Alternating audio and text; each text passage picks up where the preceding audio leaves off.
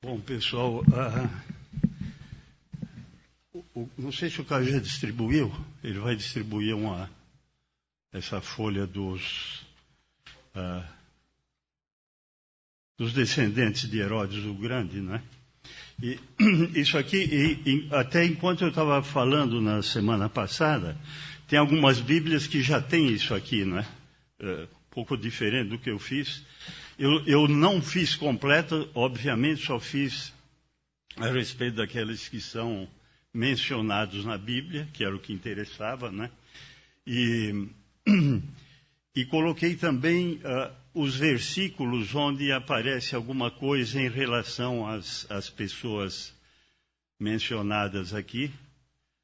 Até o Felipe também colocou no site dele, né? Não sei se alguém não conhece, Genealogia Bíblica .com.br, né?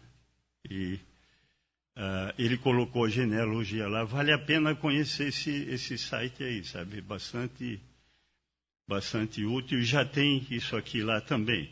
Claro que aqui tem acrescentado algumas coisas a respeito das pessoas que aparecem. Mas isso aqui, basicamente, é aquilo que eu falei na semana passada, né? Nós estamos estudando o panorama histórico do Novo Testamento, né? E eu coloquei a semana passada alguma coisa sobre o Antigo Testamento, né? Convém a gente ter uma ideia do que está acontecendo, em que época da história aconteceu, para poder relacionar as coisas, né? Só recordando o Antigo Testamento, a história da formação do povo de Israel, nós dividimos na verdade, 9 fases, né? A primeira seria dos patriarcas, Abraão, Isaac e Jacó, daí vem os filhos, José. A segunda, José vai para o Egito, né? A escravidão no Egito. A terceira fase vem Moisés e a libertação, o Êxodo.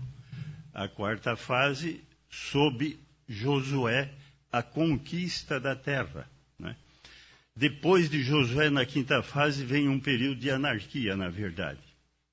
Não existia rei, qualquer um fazia o que achava que era certo aos seus próprios olhos, né? E ficou um período de uma certa anarquia, em que vinha o juiz, libertava de uma nação, daí eles se afastavam de Deus, outra nação passava a dominá-los e assim por diante, né? E é importante, só chamando a atenção, a gente ter um pouco de conhecimento disso. Por exemplo, logo no comecinho do livro de Ruth, vocês vão ver que está escrito que no tempo dos juízes. Então vocês já vão encaixar que é nesse período, depois de feita a conquista da terra, antes do estabelecimento do reino. Então, tem essas 5 fases. Depois, a sexta fase seria o Reino Unido. Todo Israel sob um rei só. E só existiram 3 reis do período do Reino Unido, que foram Saul, Davi e Salomão. Em 930, houve a divisão com um dos filhos de Salomão, Roboão, ficou com o Reino do Sul, Judá, que era basicamente Benjamim e Judá, a capital Jerusalém, e o Reino do Norte, com Jeroboão, ficaram as outras tribos, a capital era Samaria. Mais ou menos 2 séculos esses reinos conviveram. Às vezes estavam bem, às vezes até brigavam, né? Tinha o Reino do Norte e o Reino do Sul. Em 722, lembram? A divisão foi lá em 930, 2 séculos e pouquinho depois, 722, a Síria dominou o Reino do Norte, tomou Samaria e levou Israel não levou, na verdade, para o exílio, espalhou, né? Espalhou. E em 586, vocês lembram, na verdade, houve 3 levas de deportação. 605, quando foi Daniel, depois 598, que foi Ezequiel. Em 586, se forem guardar algumas datas, vale a pena guardar. 722, que a Síria destruiu o Reino do Norte, e 586, que a Babilônia tomou Jerusalém, destruiu o templo, aí a arca do Senhor foi perdida, porque eles conservavam bem a arca.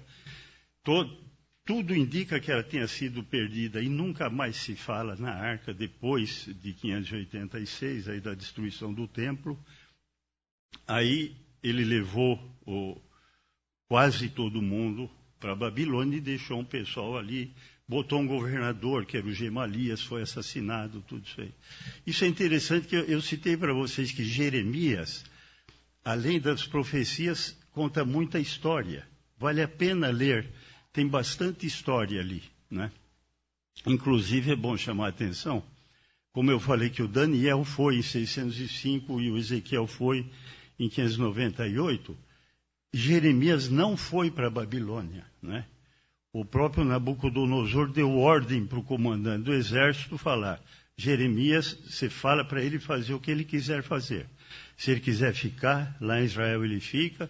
Se ele quiser vir aqui para a Babilônia, nós cuidamos dele, porque ele estava com boa vontade em relação a Jeremias, né? Jeremias acabou demorando para decidir, o próprio comandante falou: então fica aí com o pessoal, ajuda, e ele ficou, né? Então, só para chamar a atenção que Jeremias não foi deportado. Daniel, Ezequiel sim, Jeremias não, né? E depois nós vimos que ele fala da escreve Lamentações, falamos do que acontece ali, né? Depois disso, tem o período, nós já vimos aqueles 5 períodos antes do reino, daí veio o Reino Unido, o reino dividido e agora um período de cativeiro, né? Depois seria o retorno do cativeiro. O retorno seria desse pessoal que estava na Babilônia, não tem nada a ver com Israel, o reino do norte que os assírios tinham espalhado. Os que voltaram da Babilônia voltaram sob a liderança basicamente de Zorobabel, depois o Esdras e Neemias mais tarde, reconstruíram os muros e reconstruíram o templo, né?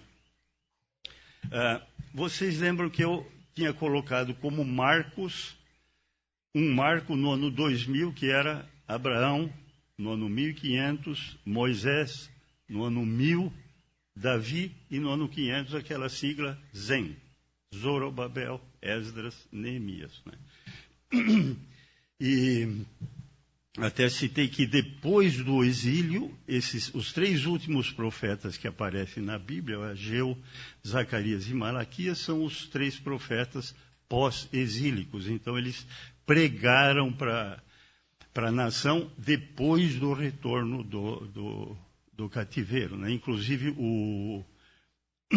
o Ageu e o Zacarias foram extremamente importantes no incentivo para a reconstrução dos muros do templo, aí que os Zorobabel tinham vindo, a reconstrução do templo. Malaquias ainda continuou pregando um bom tempo depois, foi até mais ou menos 425. E eu até citei para vocês os profetas que escreveram livros proféticos, quer dizer, os 4 maiores e os 12 menores.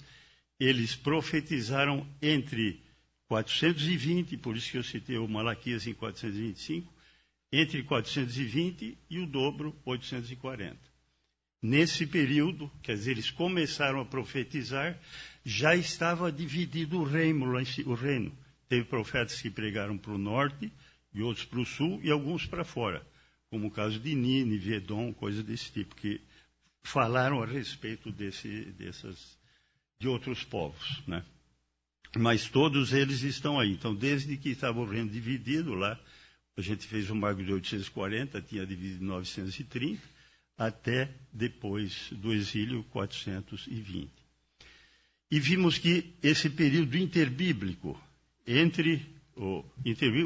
a gente usou como sinônimo silêncio profético, embora possa haver pequenas diferenças, mas basicamente o período em que Deus não mandou ninguém para falar em nome dele, não foi escrito nada, então esse período entre os 2 testamentos, interbíblico ou silêncio profético. Então nós vimos que logo depois, logo antes desse período interbíblico, Na verdade,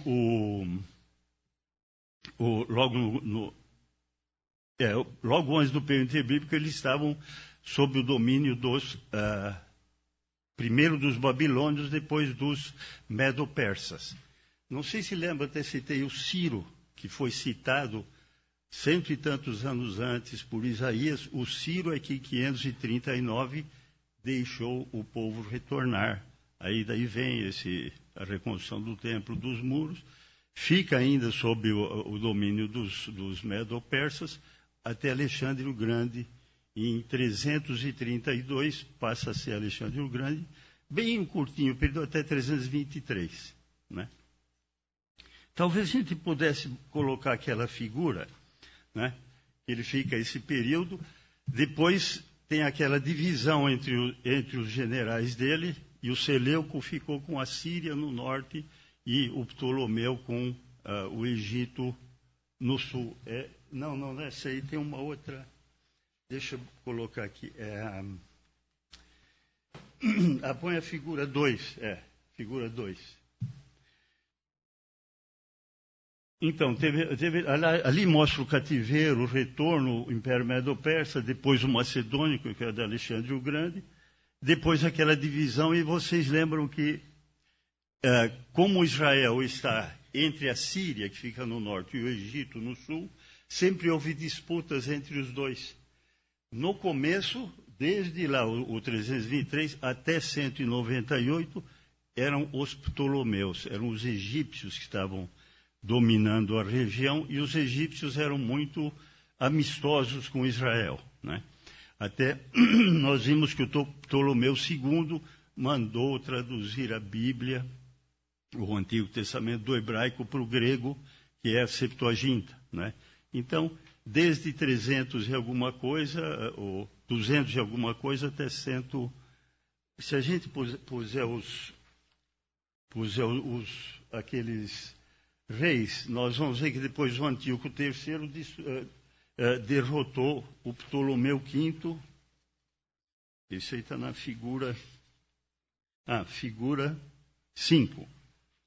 Estou vendo, estou com uma dificuldade para ler aqui, não percebia que estava sem óculos. Esse aparelho aqui é muito útil. É a figura 5. Se vocês olharem na figura 5, esse Antíoco, lembro, foi em 198. O Antíoco III acabou derrotando o Ptolomeu V, que eram os dois que estavam no poder. Não que eles tenham perdido o Egito, não. Eles só perderam ali Israel, essa região de fronteira. Né? Daí começou o domínio sírio.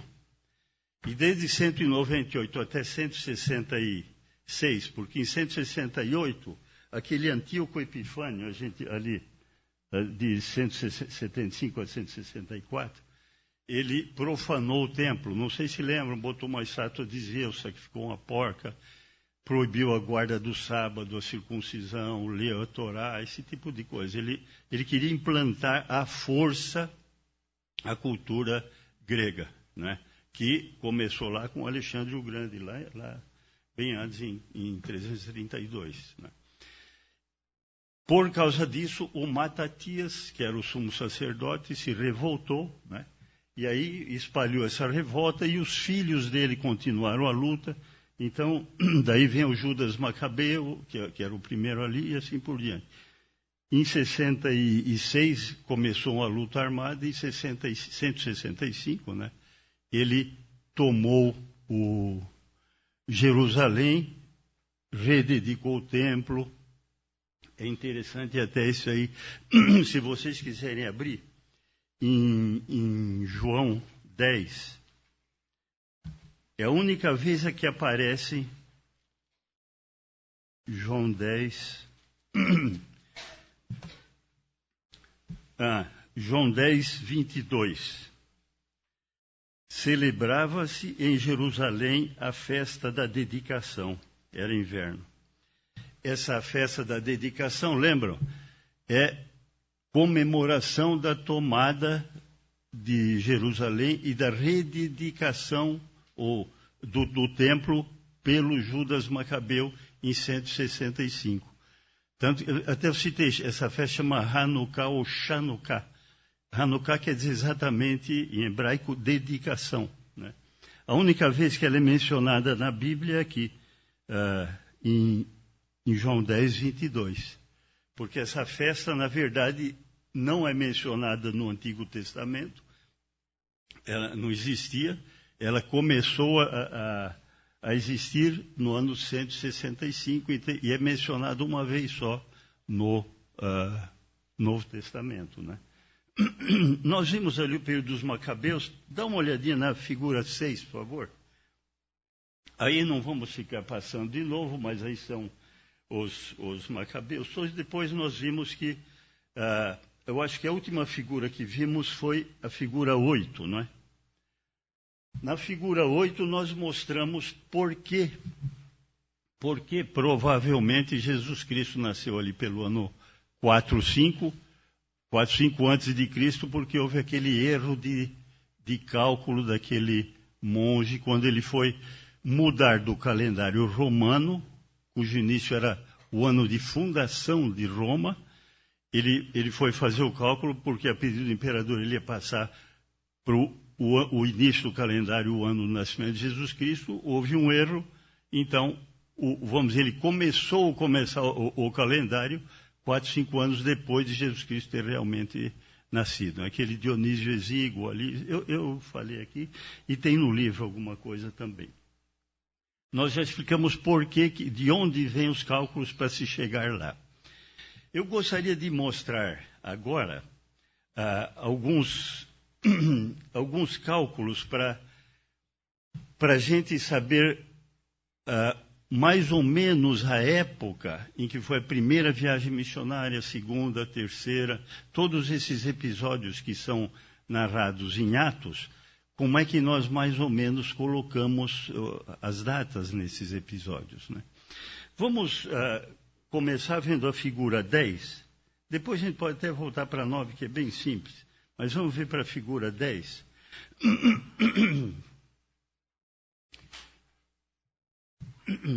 Aqui vamos ler 2 ou 3 versículos ali em Atos para nós vermos essa transição. Vamos abrir em Atos 25. Na verdade, eu vou começar de trás para diante, vocês vão ver por quê. Vamos começar no versículo 20, no capítulo 25.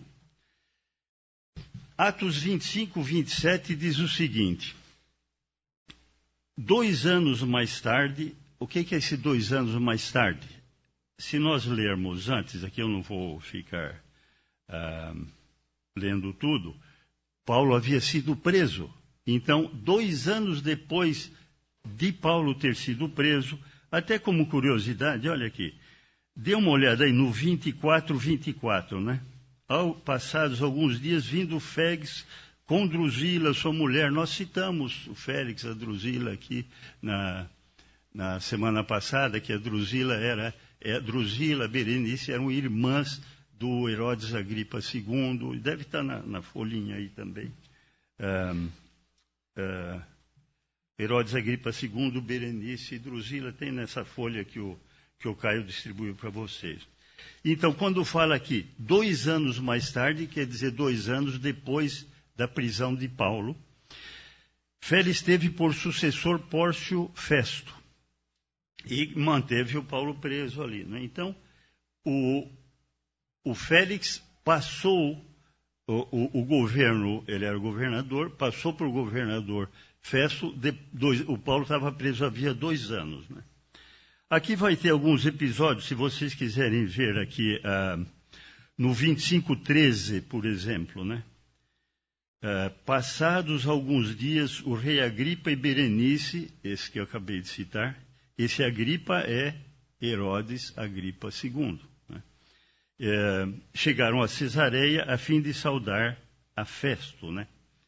Daí tem lá no 23, de fato, no dia seguinte, vindo Agripa e Berenice, então a gente vê que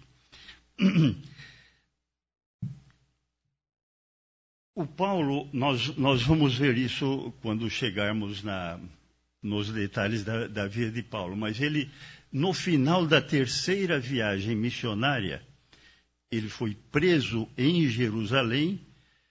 Houve um complô dos judeus que queriam matar Paulo. Ele ficou sabendo através de um sobrinho dele desse complô para matá-lo, avisou o capitão, lá, o comandante romano, e o comandante mandou levar Paulo até Cesareia. Vocês viram que ele está preso aqui em Cesareia, né? Então, ele ficou 2 anos preso em Cesareia, daí o governo passou do Félix para o Festo. O Festo morreu em 62, né? Ele governou de 60 a 62. Então, vocês podem ver ali, o Félix governou de 52 a 60 e o Festo de 60 a 62. Ele assumiu, ficou 2 anos e morreu em 62. Significa que o Félix passou o governo para o Festo em 60. E o Paulo estava preso havia 2 anos, 58. A gente vai arredondando, pode haver algumas pequenas diferenças. Então, basicamente, o Paulo foi preso, ele foi 2 vezes preso em Roma, né? Ficou 2 vezes preso em Roma. Essa foi a primeira vez que ele foi preso. Foi preso em Jerusalém, ficou 2 anos em Cesareia, daí ele apelou para César, foi para Roma. Foi a primeira vez que ele ficou preso em Roma, e nós vamos ver, ele ficou lá até 62, por aí, mesmo ano que morreu o Festo. Então, nós já estamos ali, em 58, ele foi preso. Isso foi pouquinho depois de terminada a 3ª viagem missionária. Está muito confuso ou estão acompanhando? Acho que dá para acompanhar bem, né? Vamos ver mais alguma coisa caminhando aqui para trás.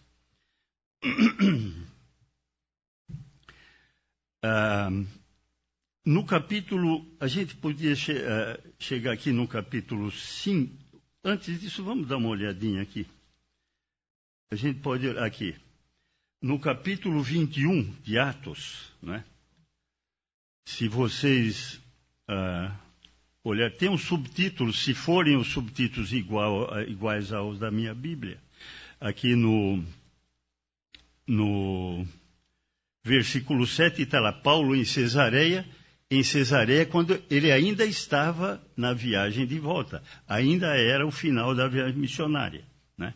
Daí, no 17, Paulo chega a Jerusalém, ele veio através de Cesareia, desceu para o sul, foi para Jerusalém, e no 27 está a prisão de Paulo, né? Aí que ele foi preso. Ele foi preso no 27 aqui da minha Bíblia, o título é A Prisão de Paulo. Daí no capítulo 22 ele apresenta a sua defesa e tal. No capítulo 23, 12, a cilada dos judeus, esse complô que eles queriam matá-lo, né? O sobrinho do Paulo avisa, ele fala com o capitão ali, e no versículo 26, capítulo 23, versículo 26, Cláudio Lísias era o comandante do exército. Ao excelentíssimo governador Félix, saúde, essa é a carta que ele mandou junto com o Paulo para o Félix saber por que esse camarada está me mandando esse indivíduo aqui. Então ele explicou o caso e assim por diante. Então nós vemos aí a prisão do Paulo, né? Se nós voltarmos um pouquinho, isso aqui foi na 3ª viagem missionária. No capítulo 18, versículo 24, está lá, 3ª viagem missionária de Paulo. Então, eu estou indo de trás para diante. Vamos ver algumas coisas dessa 3ª viagem aqui, só como curiosidade. No capítulo 20, vamos ler de 1 a 3. Vocês estão vendo que nós estamos na 3ª viagem, né? No 18, 24 está lá, começa a 3ª viagem missionária, Paulo em Éfeso, na escola de Tirano, e assim por diante. No capítulo 20, vamos ler no capítulo 20, de 1 a 3. Cessado o tumulto, Paulo mandou chamar os discípulos e, tendo-os confortado, despediu-se e partiu para a Macedônia. Havendo atravessado aquelas terras, Fortalecendo os discípulos com muitas exortações, dirigiu-se para a Grécia, onde se demorou 3 meses. Nós já vemos aqui que ele ficou pelo menos 3 meses aqui na Grécia. Se a gente for um pouquinho adiante aqui no capítulo 20, lá no final, quando em Mileto, ele manda, é o final da terceira viagem missionária. Paulo para em Mileto e manda chamar os presbíteros de Éfeso. Então ele está falando com os presbíteros de Éfeso. O que ele fala ali no versículo 31 do capítulo 20? Portanto, vigiai, lembrando-vos de que por 3 anos, dia e noite, não cessei de admoestar, etc. Ele está mencionando que ele ficou 3 anos em Éfeso. Nós já vimos que ele ficou aí 3 anos, pelo menos ficou 6 meses, 3 meses ali na Grécia, na Macedônia. Calcula-se que essa viagem tenha durado 3 anos e meio a 4, pelo menos. Só pelo que está aqui em Atos, sem nenhuma outra fonte, né? Vamos voltar um pouquinho aqui no capítulo 18.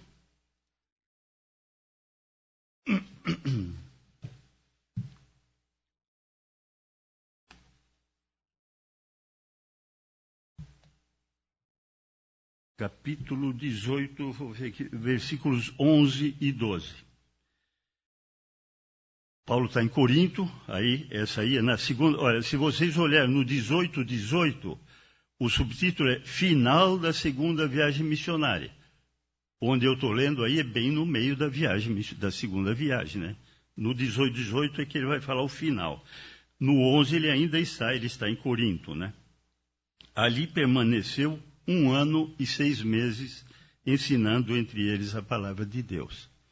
Então, a gente calcula-se também que essa segunda viagem tenha durado em torno de 2 anos. Ele menciona só em Corinto 1 ano e meio. Calcula-se que, como vimos, a terceira viagem deve ter durado uns 4 anos, a segunda uns 2 anos. Eu li o versículo 11 e o 12 fala o seguinte: quando Gálio era procônsul da Acaia, levantaram os seus judeus, etc. Né? O Gálio, aqui dá para ver, ele foi o procônsul da Acaia em 51, 52. Né?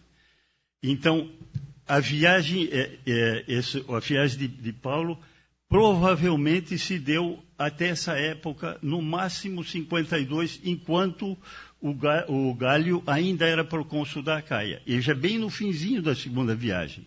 Ele menciona que havia ficado 1 ano e meio em Éfeso. Então, calcula-se a segunda viagem, muito provavelmente entre 50 e 52. 50 foi o Concílio de Jerusalém. Se a gente voltar um pouquinho aqui em Atos, no capítulo 15, Atos capítulo 15 é o Concílio de Jerusalém, né? Começa ali no capítulo 15 uma controvérsia sobre a circuncisão de gentios, e aí começa no versículo 6, o subtítulo, Reunião dos Apóstolos e Presbíteros em Jerusalém. Isso foi foi no ano 50, né? Esses episódios. Existem algumas divergências quanto à primeira viagem missionária. Me parece que a maior parte das evidências apontam para que ela tenha sido logo antes desse concílio de Jerusalém em 50. Então, muito provavelmente 48, 49 foi a primeira viagem missionária de Paulo. Aí nós estamos no capítulo 15. O capítulo 13 começa bem caracteristicamente, e seus irmãos acho que lembram bem, com o início da primeira viagem missionária, né? Havia na igreja de Antioquia profetas e mestres, Barnabé, Simeão e tal. E aí eles começam a primeira viagem no capítulo 13. Capítulo 15 nós vamos ver lá o concílio de Jerusalém. Eu gostaria de chamar a atenção para algumas coisas aqui. Vamos dar uma olhadinha na figura 11. Volta um pouquinho lá, volta um pouco lá. Olha, só para lembrar, né? O livro de Atos, ele vai do ano 30, é muito fácil ver que está no ano 30 ali, que ele está falando da ascensão de Jesus Cristo, Pentecostes. Isso tudo foi no ano que Jesus Cristo morreu, né? Do ano 30 até o 62. É interessante a gente ver que, às vezes, tem algumas inferências. Por que se acha que esse finalzinho de Atos é ali no ano de 62? É interessante, se os irmãos lembrarem, em Atos, o Lucas descreve em detalhe o que aconteceu com Estevão. Fala até o discurso do Estevão, os detalhes, o apedrejamento, e o Paulo estava ali olhando. Ele conta essa morte de Estevão. Se os irmãos quiserem olhar lá no capítulo, não precisa olhar, capítulo 7, mas olhem agora no capítulo 12, que ele menciona a morte de Tiago, irmão de João. Capítulo 12, esse é o Herodes Agripa I, se vocês forem olhar na folhinha aqui, é o Herodes Agripa I, essa folhinha que o Caio distribuiu. Atos 12, 1. Por aquele tempo, mandou o rei Herodes prender alguns da igreja para os maltratar, fazendo passar a fio de espada a Tiago, irmão de João. Daí ele prende o Pedro, né? Ele, vendo se isso agradava aos judeus, prosseguiu prendendo também a Pedro e eram os dos pães asmos e tal. Então, ele mandou matar Tiago, irmão de João. Aqui, esse Herodes morreu, aqui descreve até um pouquinho da morte dele, foi no ano 44. Aqui, se vocês forem para o versículo 20, né? Desse capítulo 12, havia séria divergência entre Herodes e os habitantes de Tiro, tal. Esses, porém, se apresentaram a ele depois de alcançar o favor de Blastal. No 21, em dia designado, Herodes, vestido de trajo real, assentado no trono, dirigiu-lhes a palavra e o povo clamava: é a voz de um Deus e não de homem. No mesmo instante, um anjo do Senhor o feriu, por ele não haver dado glória a Deus, e comido de vermes, expirou. Essa morte de Herodes Agripa I é descrita aí, foi no ano de 44, quase certamente o mesmo ano em que morreu Tiago, irmão de João, né? Então, por que se acha que vai até 62? Como vimos, o Lucas fala em detalhe a respeito da morte de Estevão. Descreve aqui a morte de o Herodes Agripa I, né? Ele fala sobre perseguição que houve. Se a gente for ver logo depois do discurso da morte de Estevão, logo depois da morte de Estevão, ele faz aquela pregação no capítulo 7, né? No capítulo 8, versículo 1, fala aí, Saulo consentia na sua morte, 8:1. Naquele dia levantou-se grande perseguição contra a igreja em Jerusalém, e todos, exceto os apóstolos, foram dispersos pelas regiões da Judéia e Samaria. Essa perseguição não tem nada a ver com a perseguição dos romanos. Isso era coisa local deles. Os judeus perseguiam os cristãos. Os judeus, sim. A primeira perseguição do império, dos romanos mesmo, começou em 64 com Nero. É bem depois. O Paulo havia saído. Nessa perseguição é que o Paulo e o Pedro foram executados, nós vamos ver. Então, o Lucas fala da morte em detalhe do Estevão, fala da morte do Herodes Agripa I, fala da perseguição e termina lá no finzinho de Atos, bem no finzinho, Se os irmãos quiserem abrir lá. Versículo 30. Atos 28, 30. É o último capítulo, né? 28, 30. Os irmãos lembram, Paulo havia ficado preso em Cesareia 2 anos. Foi preso em 58, ficou preso, o governador era Félix, até 60, quando então Félix passou o governo para Festo, aí ele foi mandado para Roma. Ele ficou preso 2 anos em Roma, aí está falando no 28:30. Por 2 anos permaneceu Paulo na sua própria casa, que alugara, onde recebia todos os que o procuravam, etc. Essa própria descrição mostra que eles não estavam sofrendo perseguição. Na perseguição não tinha essa de ficar na sua casa recebendo quem você queria. Ficava trancado mesmo e muitos eram executados. Esse aqui mostra que o ambiente não era hostil. Mas o que acontece? Logo depois da morte de Festo, segundo Eusébio de Cesareia, pouco depois da morte de Festo é que morreu Tiago, irmão do Senhor, o meio-irmão do Senhor. Isso em quê? 62. Né? E, estão lembrados? Festo ficou de 60 a 62 quando morreu. Ele morreu em 62, um pouco depois da morte dele, de acordo com o Eusébio de Cesareia, morreu Tiago, irmão do Senhor. O Tiago, irmão de João, havia morrido quando?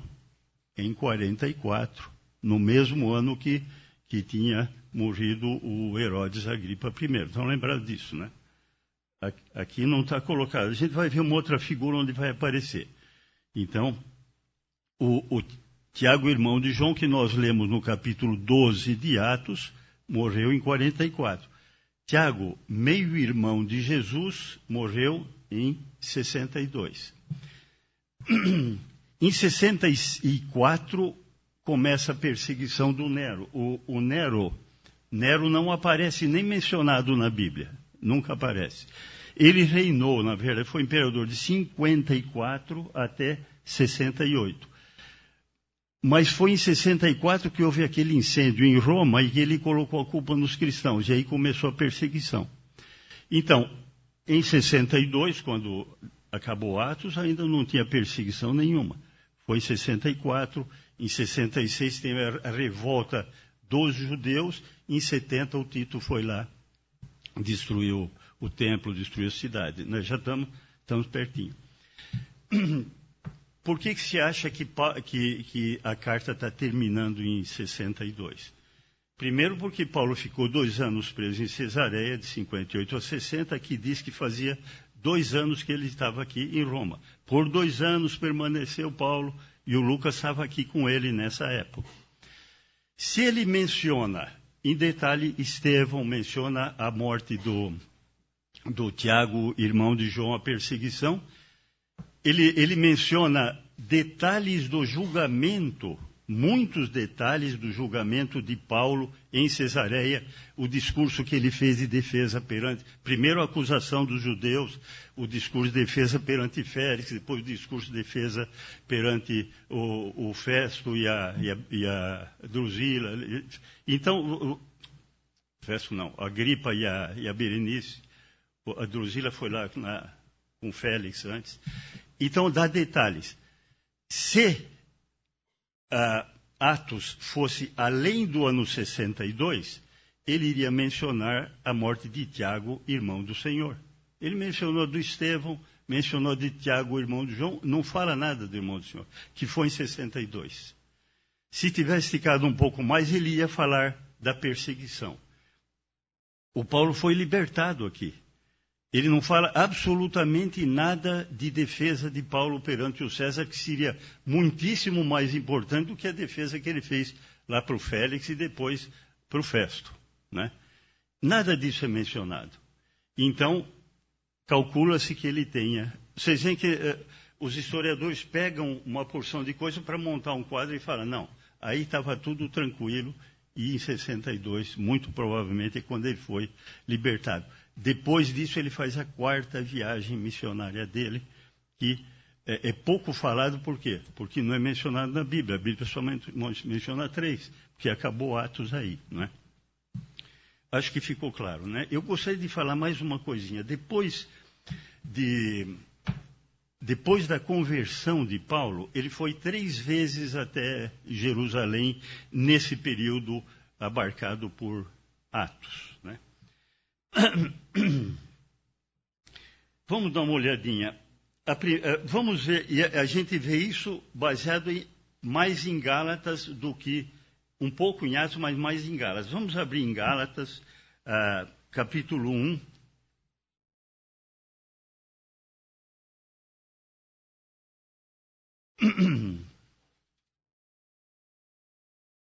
Gálatas, capítulo 1.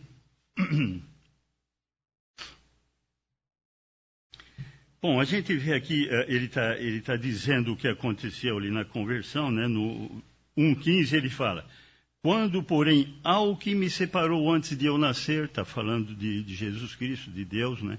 E me chamou pela sua graça, aprouve revelar seu Filho, Jesus, em mim, para que eu o pregasse entre os gentios, sem detença, não consultei carne e sangue, quer dizer, não fui falar com ninguém.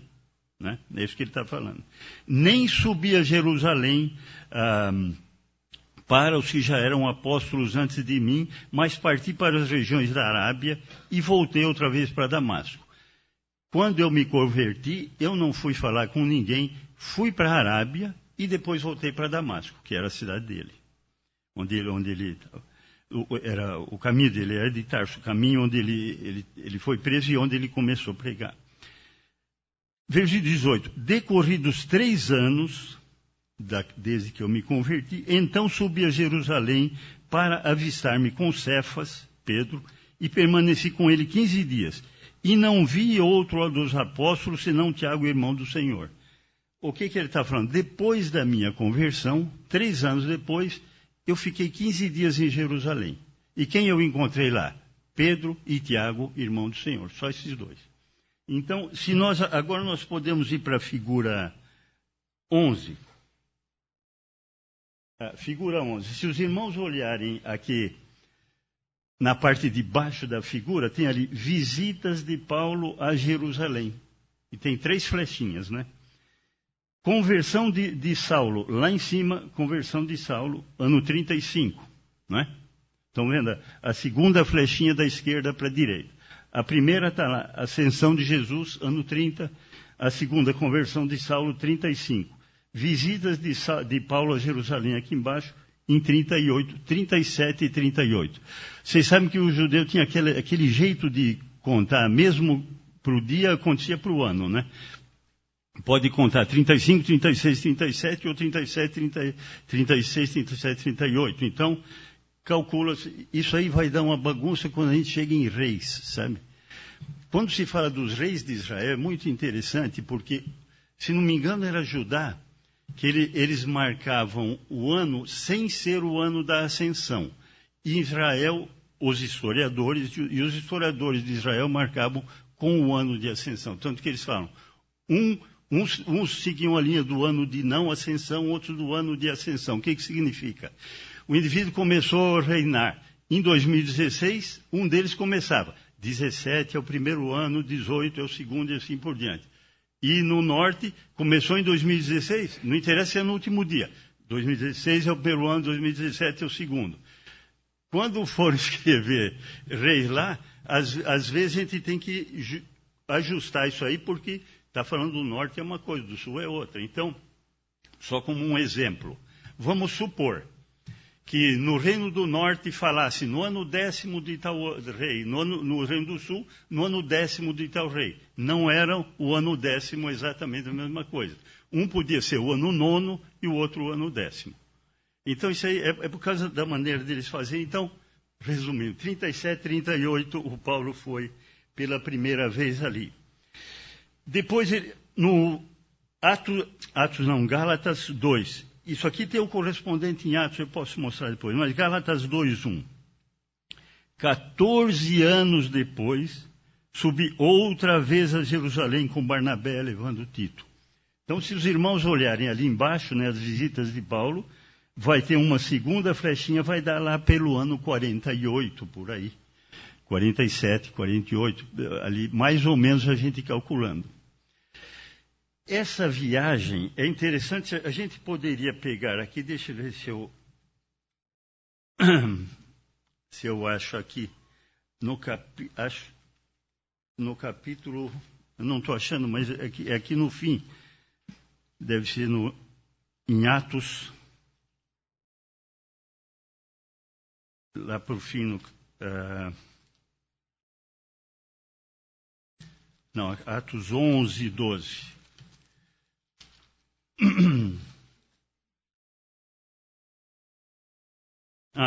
Os irmãos podem abrir aí em capítulo 11, 27 de Atos. Naqueles dias desceram alguns profetas de Jerusalém para Antioquia, que era onde estava o Paulo e Barnabé. A base deles era em Antioquia da Síria. Era ao norte de Jerusalém, na Síria, não é? Até falamos agora há pouco que a Síria era a divisa, os seleucos tomavam conta da Síria, que era o norte isso no período interbíblico, né? E apresentando-se um deles, no 28, chamado Ágabo, dava a entender pelo Espírito que estava para vir grande fome por todo o mundo, a qual sobreveio nos dias de Cláudio. Eu não sei se Cláudio está aqui. Não, eu mostro num outro slide o Cláudio. Essa fome sobreveio nos dias de Cláudio. Os discípulos, cada um conforme as suas posses, resolveram enviar socorro aos irmãos que moravam na Judéia. O que eles, com efeito, fizeram, enviando aos presbíteros por intermédio de Barnabé e Saulo. Esse Ágabo predisse que ia ter essa fome, e o Barnabé e o Saulo foram lá. Foram exatamente nessa segunda visita dele para Jerusalém, em 48. Daí, no capítulo 12, 25, o que acontece no 12, 25? Barnabé e Saulo, cumprida a sua missão, eles foram de Antioquia para Jerusalém.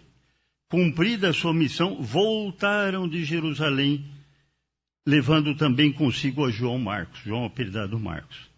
Logo no capítulo 13, havia em Antioquia mestres, aí vai a primeira viagem missionária. Então, logo depois dessa segunda visita a Jerusalém, eles foram levar ajuda para a igreja, essa segunda visita, começou a primeira viagem missionária. Então, provavelmente, como eu falei, 48, 49. Só estou encaixando nas datas. A terceira visita foi quando eles foram no Concílio de Jerusalém, ali no ano 50. Tá certo? Eu acho que, só para dar uma ilustração, bem rapidinho, a gente vai trazer um minutinho, mas só para dar uma ilustração, como é importante a gente saber um pouquinho de alguns fatos históricos. Vamos abrir lá em Atos. Eu li agora, há não muito tempo, um indivíduo falando o seguinte, ele citava Pedro, Tiago e João como sendo os indivíduos mais próximos de Jesus durante a vida terrena aqui, não é? Quando ele, na oração final, logo antes de ser preso, que ele foi sozinho, ele chamou Pedro, Tiago e João para ir com ele. Naquela transfiguração no monte, Pedro, Tiago e João. Até falar, isso aqui é segredo. Isso que aconteceu, vocês só falam depois da minha morte. E eles guardavam o segredo. Então, esse grupo, Pedro, Tiago e João, eram os mais próximos. A gente lê aqui em Gálatas, no capítulo 2, 2:9, não é? Eu não vou ler todo o 2, mas só para onde estão citados. Quando conheceram a graça que me foi dada, Tiago, Cefas e João, Cefas é o Pedro, né? Tiago, Pedro e João, que eram reputados colunas, me estenderam a mim e a Barnabé a destra da comunhão. E esse indivíduo falava, aqueles três que eram íntimos de Jesus foram as colunas da igreja depois. Só que esse Tiago não é aquele Tiago, é outro Tiago, né? Por que é outro Tiago? duas coisas. Primeira, se a gente voltar ali no versículo que acabamos de ler agora há pouco, no capítulo 1, 19, não é que ele fala que depois de 3 anos foi para lá na primeira viagem, encontrei com Cefas, não vi outros apóstolos senão Tiago, irmão do Senhor. Esse é uma das evidências de que esse Tiago que está aqui não é o irmão de João, é irmão do Senhor. Outra evidência, nós estamos no ano 48 e Tiago, irmão de João, morreu em 44, 4 anos antes. Lembram? Tiago, irmão de João, morreu em 44. Tiago, irmão do Senhor, morreu em 62. Então, provavelmente não era o mesmo que tinha morrido 4 anos antes, né? Então, às vezes, a pessoa coloca ali Pedro, Tiago e João, são os mesmos. Não são os mesmos. É outro Tiago, né? Às vezes, só pelo fato de conhecer um pouquinho a história, a gente vê que essa referência não está correta. A gente atrasou alguns minutos, mas podemos esticar um pouquinho, vamos tomar um lanche e depois a gente continua, então.